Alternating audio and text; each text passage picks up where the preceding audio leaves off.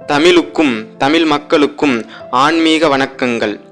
இன்று நாம் பார்க்கவிருக்கும் தலைப்பு என்னவென்றால், அசைவம் சாப்பிடலாமா இறை நம்பிக்கை உள்ளவர்கள்.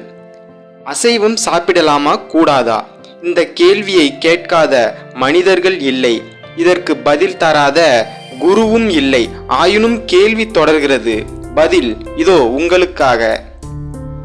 உணவுக்கும் இறைவனுக்கும் எந்த சம்பந்தமும் இல்லை.